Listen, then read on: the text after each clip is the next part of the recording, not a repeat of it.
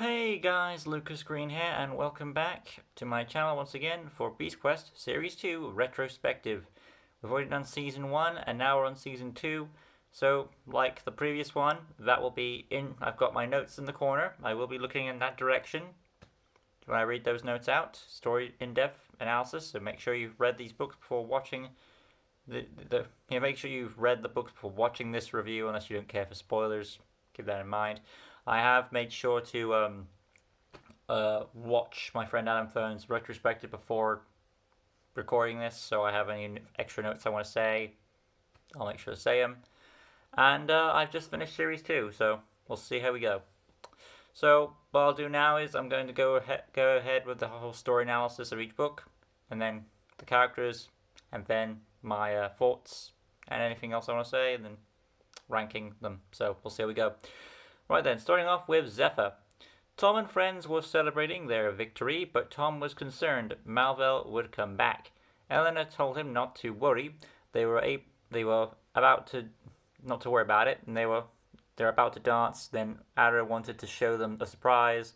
They followed him to a room, and inside, the staff member known as the Master of Arms was unconscious. Adaro spotted that the sacred golden armor was gone. The Master of Arms had explained bats took the armor. Our heroes knew this was Malvel's doing. Adaro explained the golden armor was supposed to be his reward, considering the previous Master of the Beasts didn't return. They thought Tom is worthy to wear it and use the power of the armor. Adaro's magic showed that the bats splitting up with each armor piece, so our heroes saddled up and headed out for adventure. Nice little concept to get the premise rolling there. They rode on horseback, and Eleanor told Tom not to worry, for he and his allies and the good beasts could possibly help. However, Malvel's bat showed up, forming the Dark Wizard's face. He gloated about his new evil beasts, one called Zephyr, and was determined to win this time.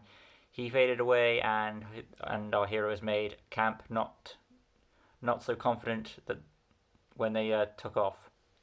They assumed Adaro didn't know of these evil beasts and had to prepare for what was to come. Our heroes arrived at the shoreline. The sea folk told them of the strange disappearances and the fish being killed off. Unsuitable for eating and all that stuff. It was nice to see Callum again, a character from a previous book. A young lad who helped them push the boat in the water for free. In the water to free Sepron in the previous book. After observing the map, they realized that the place where the fisherman disappeared is where the golden helmet is, so they had to go there. They eventually found a fisherman called Lyndon. He would be willing to take them for a price, so instead they dived into his ego, Tom claiming he wanted to challenge himself by diving into the whirlpool. If he perished, Storm is the fisherman's. If he perished, Storm is the fisherman's, as in Storm the Stallion. Tom was concerned, but prepared, so like that challenge there. Tom handed his weapons to Eleanor and told her to stay here in case anyone stole their shield. Well, stole the weapons and stuff like that. But yeah, Tom held out and climbed aboard. They reached the whirlpool, and after hesitation, Tom dived in. Tom broke away from the whirlpool and spotted the golden helmet. However, Zephyr was waiting for him. He revealed himself to be a giant squid, of course, Architeuthis, which is the name for the giant squid in mythology and stuff like that. Tom was intimidated and tried to make a retreat, only to feel like his body was already succumbing to the water. He was able to find the strength to quickly escape Zephyr and made it back to Lyndon. He headed back to shore. Tom met with Eleanor, but Lyndon refused to head back, so more stealing of boats, Grand Theft Auto. They stole the boat, leaving Storm behind, and were told by Adro to call upon Sepron to help them. After he showed the plan was for Tom to distract Zephyr, while Eleanor took the helmet and they dived in. Our heroes, alongside Sepron, went down. The monster squid was able to trick them by pretending to be asleep. Tom tried to distract Zephyr, however it failed. He ended up seeing him and Eleanor restraining them both. Sepron came to help, but Zephyr used ink to escape from Sepron. Sepron's grip and go for Tom, with Eleanor no longer in sight. What now? However, Eleanor was revealed to have Tom's sword and get a lucky shot on Zephyr. Sepron came in and finished off Zephyr, turning him into thousands of squids that faded away. Tom got the golden helmet but was interrupted by Malvel with Adaro as hostage. I do question why doesn't Malvel use Adaro as a bargaining tool. He could have waited at the end of Series 2, revealed that Adaro had, revealed that he had Adaro, and in exchange for his freedom, hand over the golden armor. So, that's a question I had when I was doing Zephyr about that. But anyways, plot holes aside, it just gave our heroes more motivation to finish the quest, and I appreciate the raising stakes. But yeah, like I said, that plot hole was still an issue. Like, if he had Adaro captured, it's a good leverage tool you could have used at the end.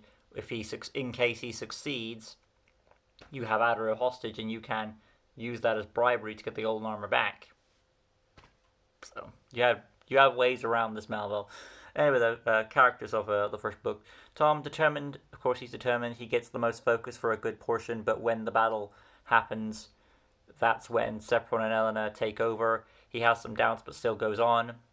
Eleanor, like Tom, determined, and I appreciate, unlike Sepron's book, she doesn't just get benched herself on the boat. She dives down and actually helps with Zephyr's defeat. I appreciate that, because in the previous book, she was just giving Tom advice what to do against Sepron, whereas she's down there actually making efforts. Sepron also he does get a bit to do here, because that's one of the gimmicks of each of the series, is that the good beasts are returning to help. It's more so the final blow he goes for, but it's nice that he comes back and gets a bit more to do, so he's not restrained like in the previous book. Malvel, determined to get his payback. I do appreciate he utilizes different layers to his plan. Evil beasts that can't be changed, from evil bat minions to hostage leverage, and that goes on to Tom's weakness, his loved ones in danger, puts him on pressure. So he is studying his opponent. He is trying to figure out what Tom's weaknesses are, and throughout this series, his goal is not to basically kill him, but mainly he's trying to break him mentally, spiritually, as it were, than actually kill him. Because that's, in a way, in my opinion, it's a more devastating effect. If you can kill them physically, fine, but if you damage them emotionally, mentally, it's a more of an affecting damage tool that can put you in a stress, and that stress can go on for as long as you want, which is torturous. And I think torture is a far more painful thing than death, in my opinion. So I like some of Malvel's decisions here. Granted, some of his actions he does are questionable, like the whole thing of Adaro. If you had him, you could have used him differently and all that stuff.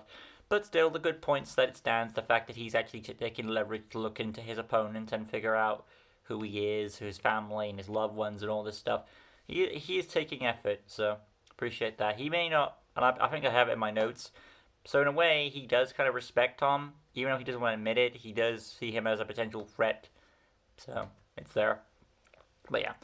Moving on, Zephyr. I know how originally Adam didn't give much on Zephyr, and yeah, his fight is 1 to 2 chapters. But I think he takes advantage of he takes advantage of the time he's given. He tricks them into sleep. He's sleeping. He's not. He jump scares Tom at first. He blinds Sepron in the battle. Restricts Tom and Eleanor briefly. He may not have lasted long, but I felt like he did some stuff before he died and bit the dust. So there's that for us. Moving on, we have Claw at number 2. So, right then, at the beginning in the prologue, a special fruit there's a special fruit that's established in the prologue that can give inner courage, which could have made Claw worthy to wear the chainmail. And while the evil beasts have been known to wear the golden armor, while the evil beast had been known to wear the golden armor, it's unclear if they were able to use it. He had to be a pure heart. But if Claw did it in his book, which I don't recall him doing, but if he did do it, I would be okay with it, because they established in the prologue of this fruit, and that was only brought up in the prologue and never brought up again. So if they wanted to do that, they could have got away with it. But let's press on them. Our heroes headed to the next location, the Dark Jungle. They knew about Claw and the chainmail, but didn't know what Claw was, as Tom and Storm attempted to cross.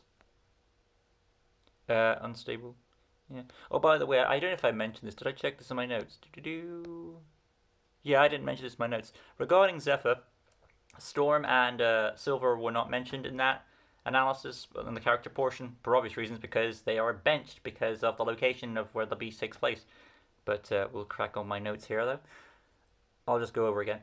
Our heroes headed to the next location, the Dark Jungle. They knew about Claw and the chainmail, but didn't know what Claw was, as Tom and Storm attempted to cross an unstable bridge. Despite Eleanor in possession of the weapons, the weight was still too much, and our heroes and Steed came plummeting down. Tom and Storm fought the currents, eventually getting out of the stream and onto the shore. They rested for camp, and Tom reminded himself how much he had valued his allies and family. It was morning. Our heroes headed out and reached the Dark Jungle. The plants appeared to be scary as well, as the legends said. As vines began to coil Eleanor, Tom saved her after pressing through some swamp water and some mischievous monkeys. They finally were greeted, which could possibly be Claw. Tom looked above using the golden helmet. He saw Claw, but it didn't take long for the monkey beast to take Eleanor and mess with our heroes.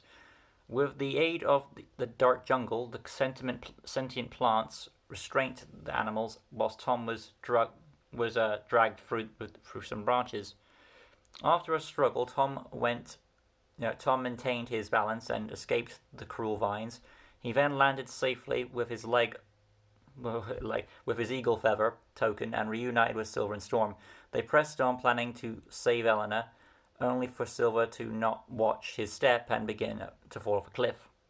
However, Silver was okay and actually found Claw's lair, with Eleanor still alive. After secretly getting her attention, they silently communicated the location of the weapons and stuff. Tom thought creatively on how to get Eleanor out, shooting arrows at the side to make a ladder. Then they'd face Claw together.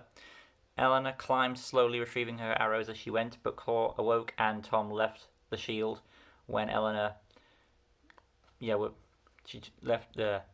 Claw awoke and Tom left his shield with Eleanor for extra protection. However, in the treetop scuffle, both Tom and Claw ended up falling, crashing down. Only it seemed Tom took more damage as the giant monkey had his special claws to soften his fall, so Tom had to call on Furno's help in there. So that's when Furno comes into play. Furno arrived and smoked up the environment, forcing Claw on ground level, and all Tom's allies help fight Claw. Then the chainmail almost comes off. One extra combination of Tom, then an approaching fireball from Furno. With one extra push, the attack was successful and the chainmail comes off, making Claw evaporate into nothing but monkeys. Tom added the golden chainmail, and then they were visited by Malvel, who told them to beware of Soltra and showed a skeleton ribbed and with some ribbed fabric, which could be from Adaro. Bit of tension there. They were determined to beat him. So there's your little analysis portion on that story there. We're on to Claw now.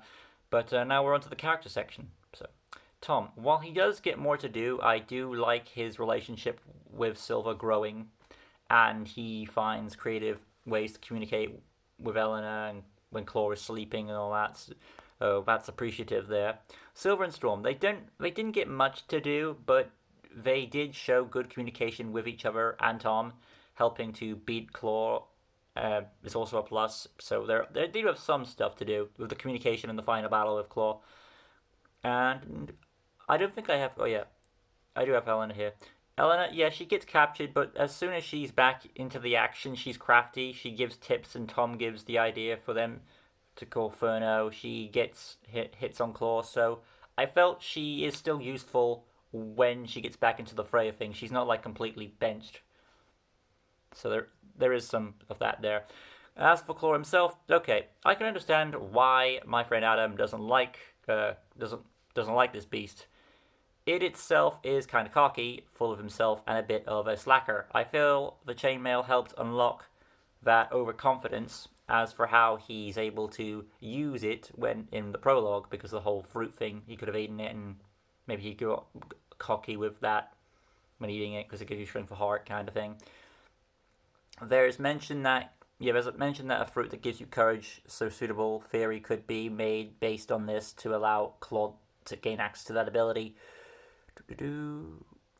With that being said, though, I appreciate the battle being different. Tom is put in a situation where he and his allies have to be creative. Eventually, they turned the battlefield against him, and ironically, a situation of a battlefield being also happened with another monkey type creature in Pokemon with Infernape. Claw's own personality isn't the best, but the confrontation didn't bother me. It didn't. So, overall, I know Adam doesn't like Claw itself, and I understand why. It's mainly because of, from his retrospective video, it's mainly because of the animal that he is, per se. It wasn't, maybe he'll add some extra details in the comment section of the video, but from what I gathered, it's mainly because of the he's not really a big fan of the monkey beasts, and Claw is not a good starting point. And there are some aspects in this book that can make him kind of a bit of a slacker and a bit cocky in himself, but those little aspects didn't bother me personally, and I still found enjoyment in the book. So, yeah. Moving on, we go on to Sultra at number 3. So, there we go. Our heroes showed up from the dark jungle, happy of their victory against Claw. Tom was concerned for Adaro and the missing home. After a night of camping, they discovered that next beast would actually be Tom's home village, with an understandable mix of joy and fear. They packed quickly and headed out to Arenal. When they reached the location, the very edge of the Arenal territory, as they closely walked up towards the average bird family, the reveal of them being stone, along with a rabbit hair, was enough to make our heroes feel that uneasiness that us as a reader are now feeling too. Tom and the others pressed on quickly to find one of Tom's neighbors, and his cattle turned to stone as well. They closely inspected Tom's neighbor, with Tom putting on both golden armor pieces so far, realizing how badly he needed them. As they examined the farmer, his expression seemed happy. Our duo came to the conclusion that whatever was doing this must not appear dangerous, but beautiful. Tom chipped out the farmer, and luckily he was free, gasping for air any longer, and he could have been dead. Yeah, I feel like if Sultra's victims remain too long in their stone state, they'll suffocate and die in there. It sounds even more torturous when you think about it. The farmer explained what the beast looked like and how she entranced him. Malvel contacted him, telling him how his beast, Sultra, was unbeatable. Tom let Eleanor know of Malvel's warning, and unfortunately they couldn't save the cattle that had succumbed to the suffocation, displaying no signs of movement. They observed, they observed a few villagers turn to stone, and while Storm was looked after by the farmer, Silver followed a trail that led to Aunt Marie and Uncle Henry, and they were alive, of course. Tom felt in his heart he could trust his villagers, and the Golden Chainmail probably had some help with that, with the strength of heart. He explained about the beasts being real, and that his duty was from the king. His aunt and uncle understood and was so proud of how much he was becoming like his dad. He told the villagers to make camp near a lake, and he would deal with the stone charmer. Tom was secretly planning to fight Sultra alone, but Eleanor assured him she would come with. Tom was then reminded it was his birthday, and his aunt and uncle knew he planned on leaving in secret, so they decided to give him a gift that belonged to his dad. It was a special compass that told him when it was wise to face or flee from danger. He eventually left. The animal stopped, Eleanor staying by his side. Tom entered the marshes, Sultra's voice instantly getting to him and tricking him into some sticky marsh mud, so he stuck a bit. Tom was about to be drowned when Eleanor used a rope arrow to drag him out alongside Storm pulling. He was so grateful and then called for Arcta's help. However, Sultra tried to seduce Tom again after he summoned the mountain giant. Tom fought Sultra for a bit, I like Arcta helped with the mist, getting out of the way, more justice for him compared to how he was treated in the lot in the previous series. And you can see her double, in the book you can actually see that she has kind of a double jointed body because of how she's positioned in some of the artwork.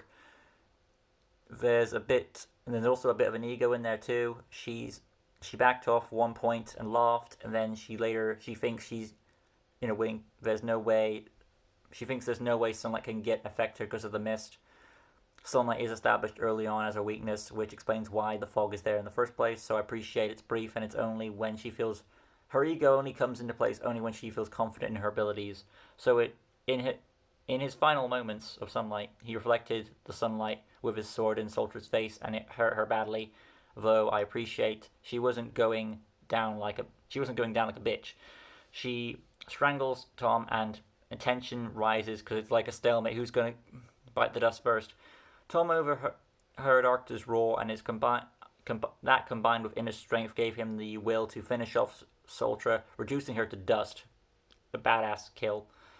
The golden breastplate was his prize, and he told his allies of his victory. They said their goodbye to Aranel, and despite Malvel's taunting that he still had Adara weakened, Tom was more confident. So I was happy about that.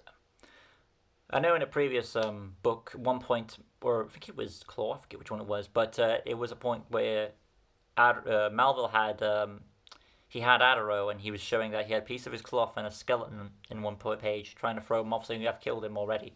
That was a good move, so I appreciate that. But it's later retcon as he shows that he's actually alive.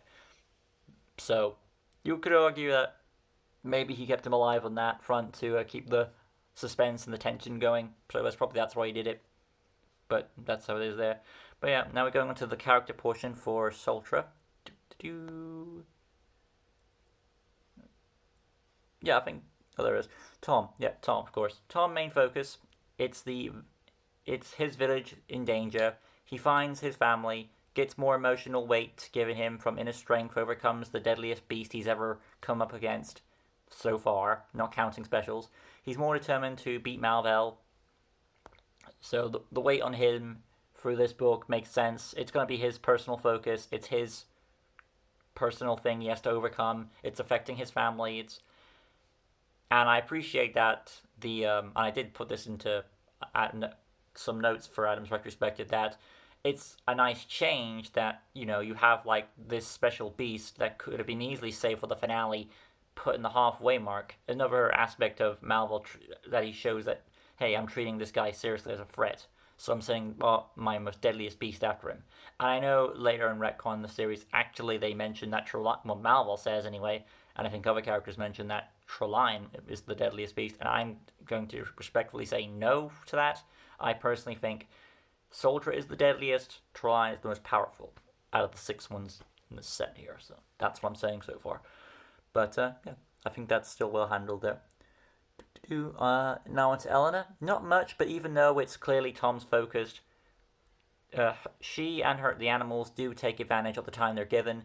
Eleanor reassures Tom they're coming with him twice, saves Tom from a near-death experience, and respects Tom's decision when he wants to go on this alone. Understandable, because I feel like part of him feels a personal respect to take this down, because it's like personal to him about something to, the whole destiny thing and the whole it's invading my privacy, and he feels confident he can handle this. So I feel like it's his pride that wants to make him feel like he's worthy of being a warrior as well. So, and I appreciate that Eleanor respects him. She's not all against it. Like, you don't have to always have help in situations. There are situations where you can handle things alone. But when the time comes to step in, she does that. So I feel like she stood her place well. Storm and Silver. Silver gets to help locate Tom's parental figures, and Storm helps pull Tom free from the mud. So both of the animal companions do contribute to the book without taking away from Tom's spotlight. And then we go on to Soltra. She's well brought up with eerie tone, of course. We feel how Tom feels, crept out and uncertain. When revealed, we see how she she's like in battle.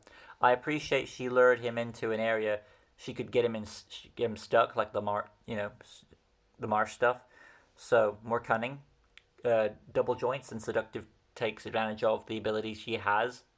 A smidge of ego, but only when she feels 85% or more to getting the win. I felt she had Tom at 2 points, and at one point, Taladon's spirit broke him out of it. Then Malvol's own ego woke Tom up from it. Her defeat is just as cool as her own introduction, even though Tom has a killing blow on her. She plans to take him down with him, so I do like, even though she's got to lose, she's willing to go the extra mile. I'm not going down without you with me. So I appreciate that respect.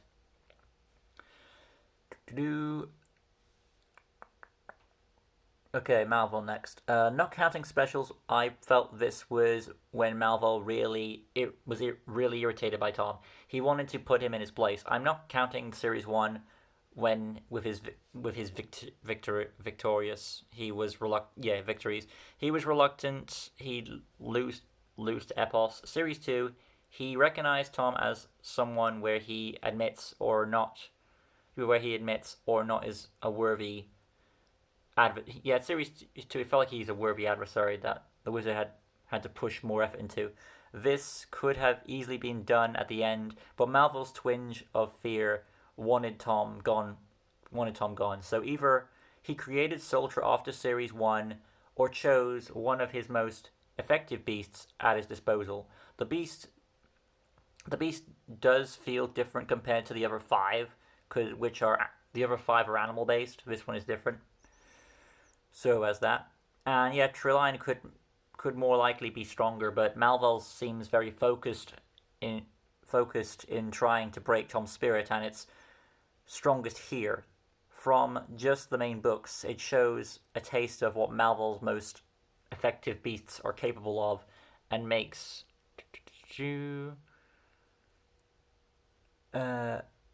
focused in trying. I had this. Seems focused on trying to break Tom's spirit, and it's strongest here. Main books shows taste of what Malvol's most effective beasts are capable of, and makes the victory all the more greater. So I felt like when it comes to Malvol's Beast Empire, it's his first step of him revealing his Beast Armada, and while she may not be the most powerful, she's one of his most deadly in his whole arsenal. So I kind of had a bit of a wishy-washy with the wording there, but I got through it just fine, I think. Why Soldier gets so much love, and it's understandable why. And I think the mystery about her creation also entices me up too, because you don't know, did he make her? Did he make her, or did he decide to send one of his most effective beasts to do the job? It's a debatable argument on that front.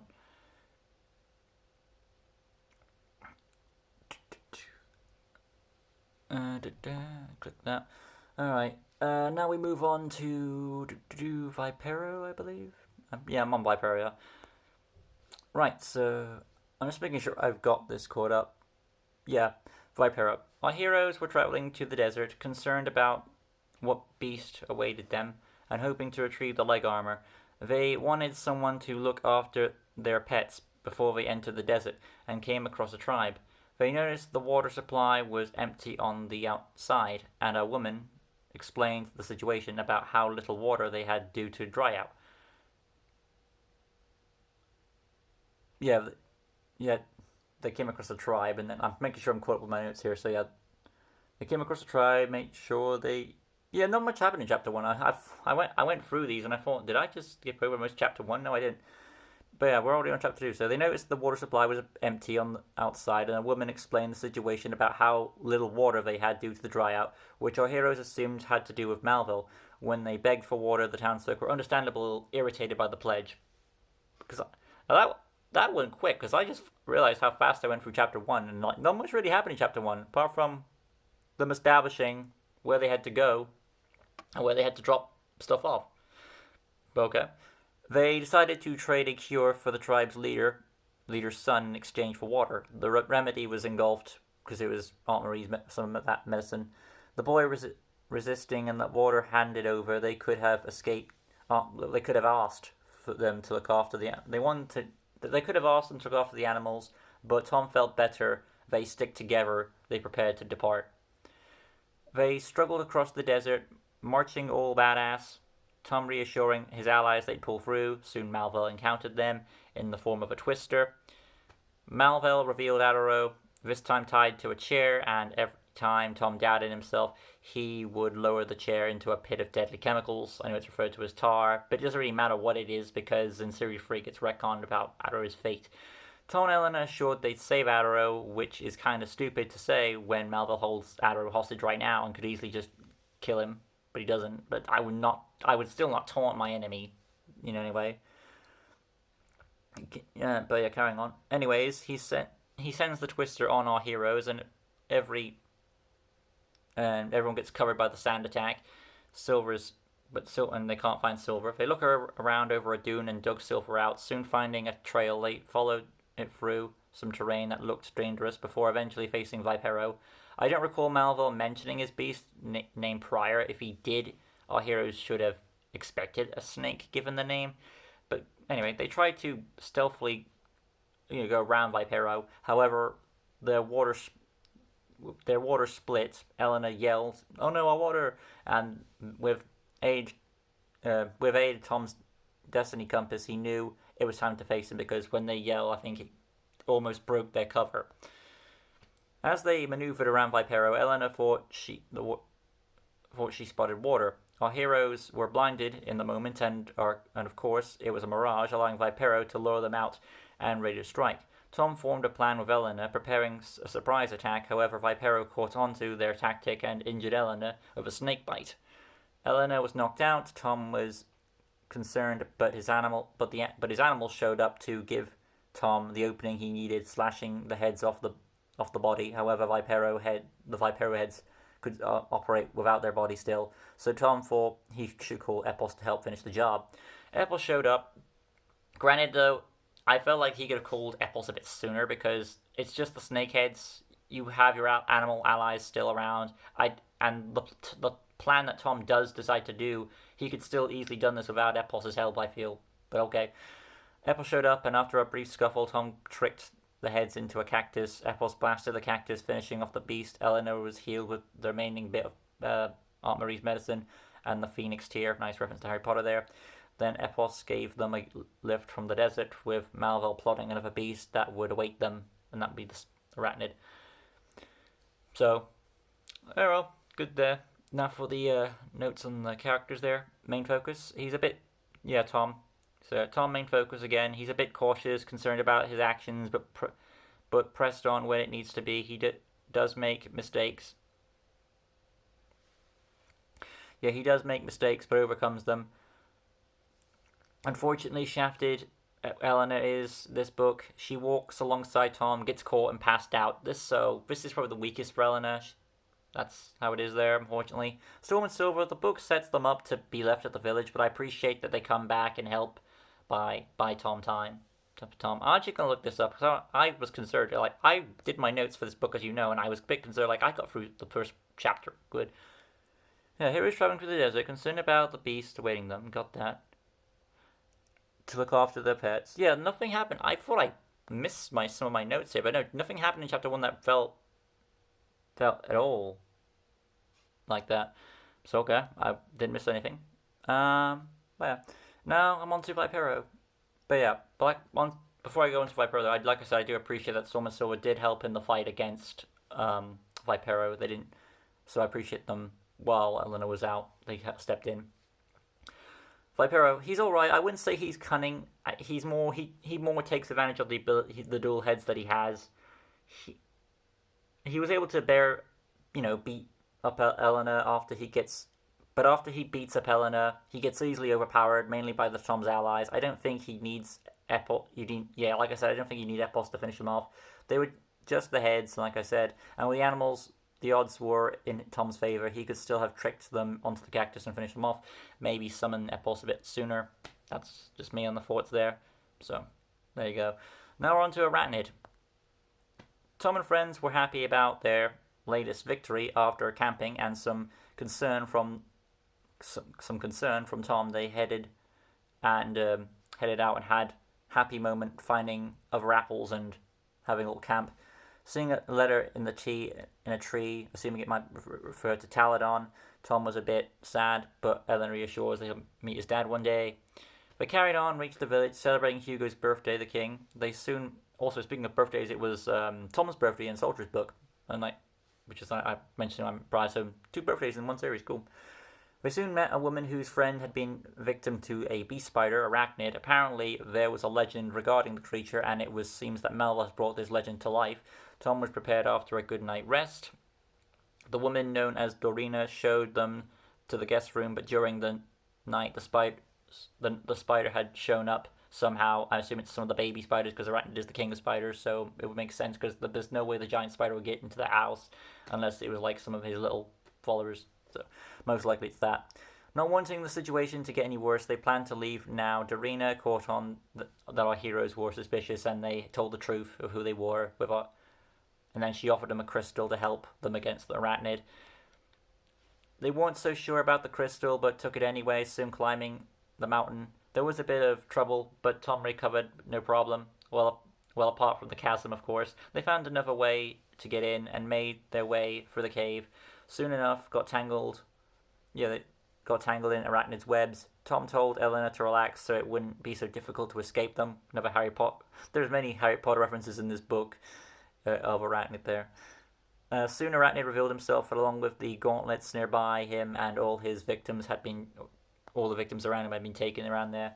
Tom and his friends scuffle around the cave, Arachnid holding his position, doing his duty to protect the gauntlets, but with the help of his allies, Tom had made Arachnid leave his post, and Tom quickly put them on, which is a nice change because normally you have to wait to the end to get the ability, but it's a nice shift.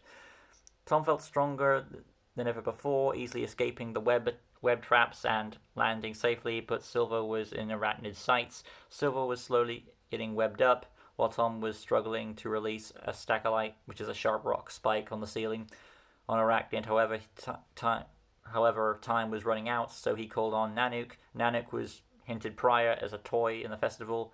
Raw, she comes in, boom, badass. Nanook showed up, blinded Arachnid. Another Harry Potter reference, because in Chamber of Secrets, same monster, a snake monster gets blinded too. So there's a lot of references to Harry Potter here. And that gave our heroes time to rescue other victims. Eleanor saved Silver. Silver. Storm raced to Tom to get Dorina's friend. Eleanor escorted her out, and Tom's companions and Dorina's friend were clear. Tom went back for the stachelite and punctured it for Arachnid's abdomen. The beast succumbed to his injuries and died, and fading thousands of spiders. Now Nanook and Tom ran to get out the collapsing cave. Everyone escaped, but Nanook, not wanting to leave Nanook behind after he helped them, everyone helped move the rock. Even Adaro showed up despite the risks. He still wanted to help. Nanook was freed, and Malval planned to punish him, as in he wanted to punish Adaro for not staying put. Tom raises his sword. He-Man moment vows to beat the final beast, and as he's very concerned for Adaro. And I remember reading this when it comes to Arachnid. I mentioned to Adam at one point where I was on Vipero, and it took me a bit longer to get through it compared to Arachnid, because as soon as I got through Vipero, I knew it was going to be good. I wanted to get that done, and as soon as that ended, I knew Trelane was going to be great, so I did those quickly back to back and got to the review quicker than I thought. But yeah, characters. Tom determined. He's determined this book. He starts off concerned, gets a bit lightened in some of the early chapters, but as soon as the spiderwebs start showing up, Tom's determination grows. For each chapter, dealing with the mountain, facing Arachnid, getting the gauntlets, freeing Edda, which is Dorina's friend, and the most determined to help Nanook. He goes all He-Man like he's done with Malval, depending to end it. So, determination builds. Appreciate it. Eleanor, not as much as Tom, however, I appreciate that she lightens him up, and she does contribute to Edda's rescue. She does get stuff to do. Silver and Storm, while Silver was used as a hostage, Storm does get some focus on the mountain climb and helps Tom rescue Edda, so there's that for them. Arachnid, he's well built up from the creepy atmosphere. Then facing him in the cave, you feel his ego a bit. and cunning, mischievousness. He feels like he's won early, and that quickly changes, and he does give Nanook a challenge, so there is that. Still thankful that both Arctur and Nanook got better treatment this series compared to Series 1. So, good stuff there. And then I went on to Trelline. Tom and Eleanor spotted Tygus getting attacked by the final beast. Trelline, I like that, starts straight off with a beast collision because of what was set up prior. They wanted to get this over and done with. Trelline retreated, going to protect the golden boots. Tygus was still alive but injured, and he wouldn't be able to help them in the beast battle, possibly, which was most likely Malvel's intention. Because he wanted to make sure that he thinks the good beasts are responsible for these victories, but it's kind of not the case. They do, because, like I said with the whole Vipera, I don't think he needed Epos to win that battle. They do say Trelline is the most deadliest beast, but from what I've seen, sticking to Sultra as that. However, I will say Trelline is the strongest of the 6, easily taking down Tygus, not much effort. Our heroes would have to go after Trelline, but before they did, before they went off, they tried to heal Tygus, but it was assumed Epos's healing token would need some time to recharge after healing a certain number of injuries. So they left their pets to protect Tygus and noticed how Trelline was angry and egotistical, playing with some of the goats and stuff. Eventually, our heroes saw hyenas going for Tygus. Our heroes rejoined their animals and all fought off the hyena pack together. Tom wanted to make sure they didn't return. They chased the hyenas away, only for them to re-emerge in greater numbers. Tygus, being a badass despite his injuries, still gives it all to fend off the hyena pack, successfully winning, and just after he had passed out, Tom once again wants to repay Tygus' noble efforts, did his best to heal as much as he could, stayed with him through the night, and by morning they deal with Trelline. Silver was used helpful to locate Trelline. They slowly observed and noticed his fear of water. Understandable, if the mains get soggy, they drag him down to the watery depth. They formed a plan, however it would mean using Storm as bait. Tom didn't like it, but they realized they hadn't much choice. When the setup their plan, it was revealed later that Trelline was sneaking up behind Storm, and our heroes couldn't warn him because of where they were positioned. Our heroes quickly ran for it. Storm felt Trelline nearby and ran to the right direction, but it was going the wrong way for Tom's plans, but they went ahead with it anyway. Eleanor irritated Trelline with some arrows and a flaming arrow. Tom tried to help Storm via horseback, but Tom fell off the horse and sinking into the lake itself, so he fell to his own trap. He was able to get out barely, and finally saw the golden boots near Storm and Trelline. Storm knocked the boots away from Trelline and quickly bolted out of there, getting Tom on saddle. However, Trelline caught up, injured Tom, and yanked him off the horse. Tom told his allies to stay back, then Trelline had pinned down his discarded weapons. Tom was saved by Tygus again. He fought back Trelline and was on Tom's plan, trying to push him to the lake. Tom's allies went for the golden boots. However, Tom's ankle had given way because he was injured in a little scuffle with Trelline before. But with the golden chainmail, Tom was able to press on. He fought alongside Tygus, damaging Treline's fur high, but no pain. Eleanor quickly brought Tom the boots, with all the armor complete. As I feel, because part of me, someone would question how he was instantly healed, and I assume as an added bonus when you get the armor all together, you get it restores your body as a one-off. That's, so maybe if the gold armor came again, he could heal from his injury that way. I'm okay with it. It doesn't bother me at all. So, they hit Tom's ankle, but Malvel, not wanting Tom to win, of course, made a force field and warned him if he beat Trelline, he would go to a place he wouldn't like, and like Ben 10, I don't care. Doesn't care, and determined more than ever to beat Malvel. He uses the golden boots to kick the force field. Given what the golden boots' natural power is to jump, because I assume the shield was designed a certain way, it's okay to, if he does something unexpected, I'm okay with that breaking the shield. Malvel disarmed Tom by discarding his weapons, and it came down to a wrestling match with Trelline. But within his strength, Tom submerged himself with Trelion. The beast dissolved and formed a gateway. Tom's compass told them to enter. Hype was on, and it is indeed so. Character-wise, Tom's eager to finish his quest. He was concerned for Tagus, wanted to help him out, many times. Keep Storm okay as well. Got some inner strength. Clearly had a lion's heart, which is irony because he's playing a lion beast. So skyrocket there. She gives good feedback. Eleanor here, she gives good feedback in Tom's plans. She does shoot arrows into Trelion, including a flaming arrow. I assume to try and trick Trelion into washing the heat out. She helped Tom to acquire his weapons and the boots, and determined to stay by his side. So she does got a good portion to do. Storm and Silver. Silver helps locate the beasts and helps return the golden boots. Storm gets more to do, using himself as bait, and gets Trelion near the lake. He helps Tom get away from Trelion and helps Eleanor retrieve the items Tom needs. So Storm gets a lot to do. I appreciate that. Because he's not a character you normally see a lot, but in the finale he makes up for it, so that's great. Trelion now, he showed to be very powerful, easily taking down Tagus, showing his playful ego side at the first, but when he realized he was slowly losing control of the situation, he felt determined, like Tom did, to hold his control. Sneaking after Storm, tailing him around, knocking Tom and pinning him and his weapons down at points, resisting Tom's sword attack, fighting Tagus a second time, then struggling against Tom. Rereading this, I'd go with non-stop fighter and ego for Trelion. Now, right, Malvel now.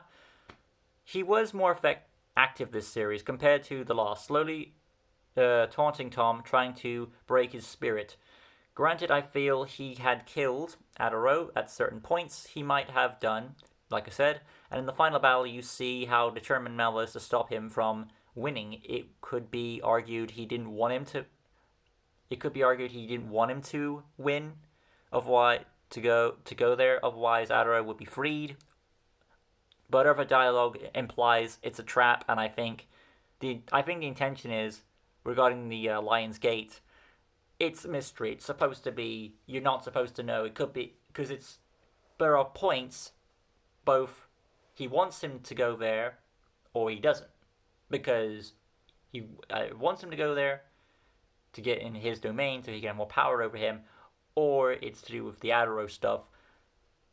So there's both negatives and positives for him going. If he goes there, and it's portrayed as a bad thing for Malvel, he's concerned about him getting closer to Malvel.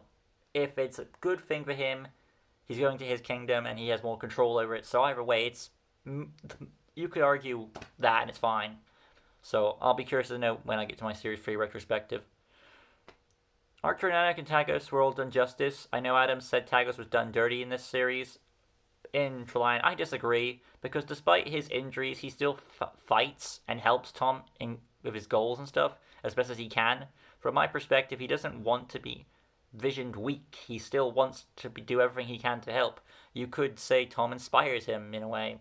So I never felt that Tagus was beaten up, but he didn't let that beat up get him. He still carried on despite the injuries, despite the odds that were against him, like Tom. So I think I think personally, Tom rubbed off most of him compared to the other beasts. I know that he has a good relationship with each one of the beasts, but I feel like him and Tagus, it's the most relevant, because you see that bond in Series 1 and the one in Series 2. I feel like it's just more relevant, because, that's just me. I feel like it was done there. So now I've got that all sorted, all my notes here, all done. I know I was looking in that direction for a period of time, mainly because I had to get all that focused. I feel like there were some parts I went wishy-washy, because I was trying to make sure I stayed restrained, but I think I did all right. So, overall, I've enjoyed Series 2, rereading it again. It did make me rethink a few things around. And there was a point back in my early reviews where I was like, oh, is Storm scared of water? And I never got that from Series 1 or 2, so I don't know where that came from. But yeah, overall though, I did still enjoy rereading it, and it was challenging to do the ranking again because I expected it to go one way and it went completely how it goes.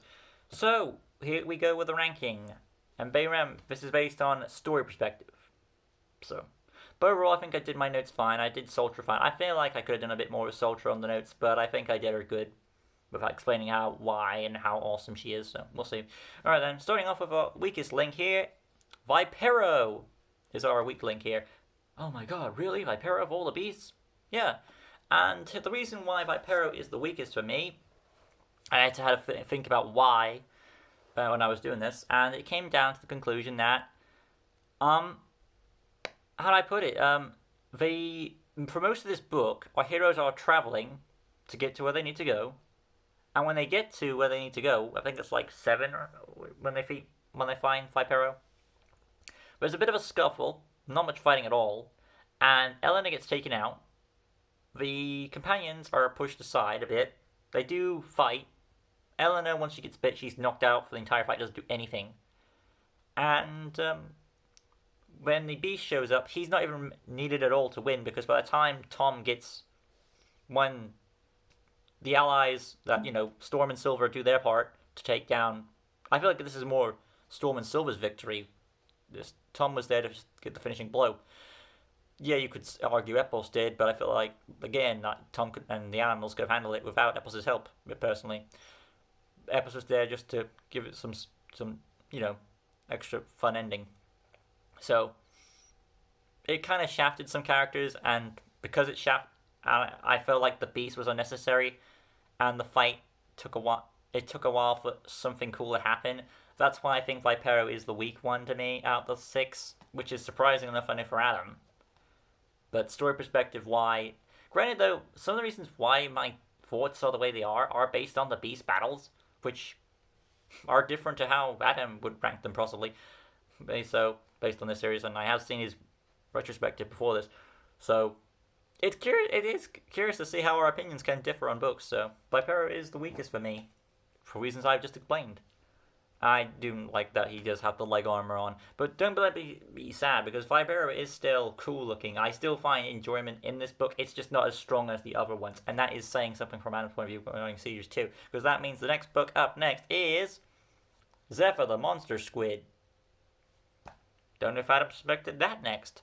Reason why this book is at the second place spot, like I said, a great start. It starts with the series in a great striking note. It does. The one thing that drags it down is why it's not higher than the other ones, is because it benches characters, unfortunately, in the battle. Storm and Silver are benched, and that is a problem with these early series of Beast Quest, really, is that when you have your animal companions, they can't really do much. And when Zephyr does reveal himself, he doesn't really do much at all. It's just he gets a couple of jump scares and a blind attack, and then he gets destroyed by Sephiron and no much effort at all. So I feel like it's a shame, because he's hindered by it to start a book, so therefore you can't do much with it. You haven't got much time. You have a lot of exposition to establish. So it is what it is. Though the good points, of course, are Malvel and the story and the stuff building up, so the premise alone gets you into it. And it's nice that they bring back some characters. So those points alone is why it stands where it is. And of course it's above Vipero, because Elena doesn't get shafted at all. In a matter of fact, I would say this book is better than Sephiron, because, like I said, with Sephiron was, in his book, Elena was just on the boat. Where in this one, the Beast is not tied up. You have another Beast he's fighting. And then you also have both Elena and Tom down there. So, there's good points. Moving on is, of course, Claw the Monkey, the giant monkey, at number 3. Shocking. Rereading this book, I know Adam doesn't like it. Granted, I'm hoping for some more reasons why. Aside from the I don't like Monkey Beast, I would like a bit more than that, because that's what I just got from his retrospective of why he just can't seem to like himself for the monkeys. I'm not saying I love Claw. I'm not. I do see his weaknesses. I do see he's kind of a slacker. I do see his egotistical side, or he does inhabit some of the traits of that monkeys are known for. I feel like what does this book justice is, though, compared to the other two, is that Eleanor does get taken hostage, but she isn't shafted, per se. When she gets out, she's still trying to help in the battle. She still climbs her way out. She still does stuff to Claw, as I've said in my notes. So, and both Silver and Storm help in the confrontation. The environment does add a nice change. So, based on those points, and you know, the Golden Chainmail thing is not.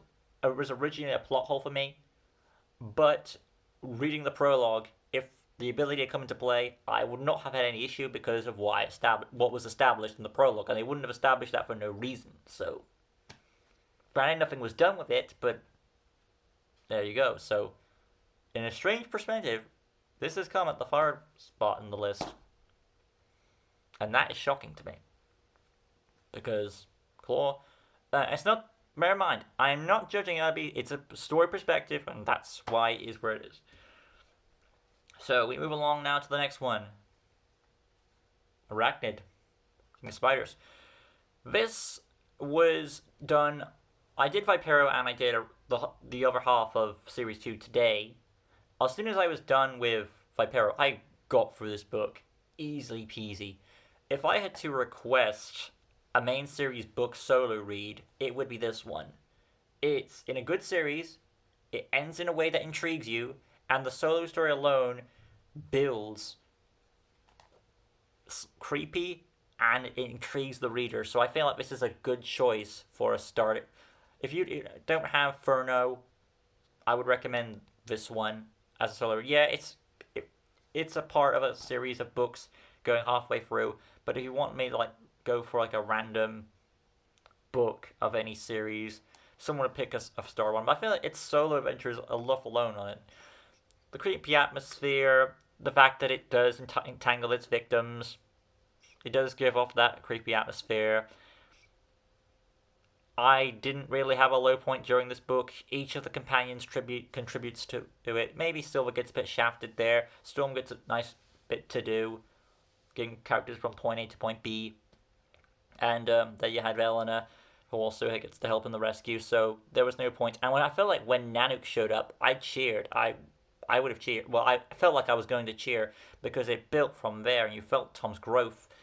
And seeing Nanook get that redemption from what she was done in Series 1 is very satisfying. So I feel like the people who made the Beast Quest series knew what beasts they wanted to do better and what ones were given spotlight before. So I feel like that giving justice to the Series 1 beast that needed it was done well in the series. And yeah, Arachnid, good stuff for it is. Which leaves only 2 books left, and to no surprise, it would come down to these 2. And the second spot on the list is Sultra. Yeah, Sultra. This was very tough. I remember doing this, not expecting. I'll admit, I was expecting second place Sultra and Arachnid to be tied, but no. Trine is my favorite right now. And it was tough to choose because it is very tough to choose because this book does is probably arguably the best solo Tom story. This is the best team dynamic story and that's what it came down to, was the debate of what was a bigger deal to me. And the fact I'm story focused, it came down to the decision. This was more focused on the main plot than it was focused on its solo plot. And that's understandable because it's wrapping up the series. So that's why it got the win for me there. But overall, if I did ties, I know part of me was concerned that I was at one point going to give this a tie with Sultra because I thought Sultra was going to win. But since I don't do ties, it didn't turn out that way. And if I did do ties again, it would have been like this as the tie. And so it would have probably been like a freeway tie if I did ties. But since I don't, I had to choose. And I still feel happy because Sultra is great. The creepiness is there. The whole Tom's adventure of him trying to overcome this mysterious threat. It is a different beast compared to the others. It does stand out. I know there are some retcons in this series where they say, oh, when all the beasts were defeated, they were turned into animals, but Sultra wasn't because she wasn't part of that group. And it makes me curious about her creation and her backstory, because Malva obviously did some research about Tom and all his stuff to figure this out. about the creepy atmosphere and turning to people stone. She goes around. You see her ability. She's double jointed. She has this voice. She doesn't feel overpowered. Her abilities make sense to what she is. So, and I'm okay with her being. She may not have had much, action, but that fit with the tone, and it built up Tom trying to overcome this mysterious presence. And when it got to the skin of his teeth, it was a badass kill. I enjoyed this book. I will happily read Soldier anytime. It's great. So overall, good stuff. And that leaves us with Trelion as the finale. It was a hard choose. It was. I'll be brief with it. Granted, I'm like an hour in, whatever. So it came down to like I said, I liked that the entire team got to help beat the beast. Even Tagus got a help in there, and so did I know that Archer did pretty as well. I appreciate that, and Nanook did great too. But Tagus, I felt like helped the most. I know Adam said in his series retrospective that Tagus wasn't done right, but I felt like he was, because even though he got beat up by Trelion, he didn't stop trying. He would still kept going because I feel like Tom inspired him. And the fact that you have the beast battle and the confrontation straight off the bat is a nice plus. Malvel's in there. All the characters in this book are at their height. Well, I would say so, because Eleanor and the companions doing their best part to get in there. Tom focused on everyone's trying to get this quest done to win the day. Malvel was so determined, even when he got the armor together. All these different things came into play. There was the hyenas. There was wandering around, guarding the items, getting stuff back. It was kind of like a wrestling match where things kept losing, and you had to try and get all these pieces together. Tom had a plan, try to stop that plan. Everyone was juggling around what things went where and what they could do.